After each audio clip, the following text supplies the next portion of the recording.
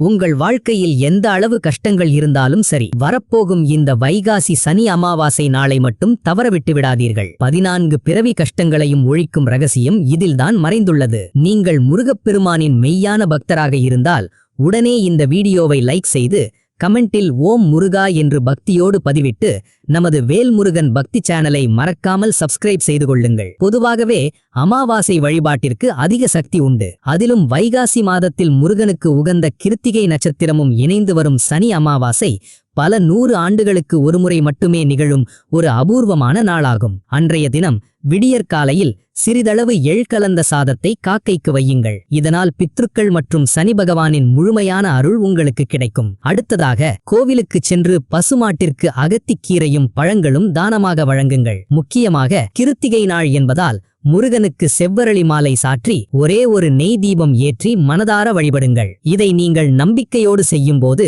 உங்கள் வாழ்வில் உள்ள பணத்தட்டுப்பாடு, ஏழரை சரிதோஷம் அனைத்தும் மடிந்து பல தலைமுறைகளாக தொடரும் வறுமை அடியோடு அழியும். இந்த அரிய ஆன்மீக தகவலை உங்கள் நண்பர்கள் மற்றும் உறவினர்களுக்கும் ஷேர் செய்து சிவனின் அருளையும் தேடிப் பெறுங்கள். ஓம் சரவணபவ.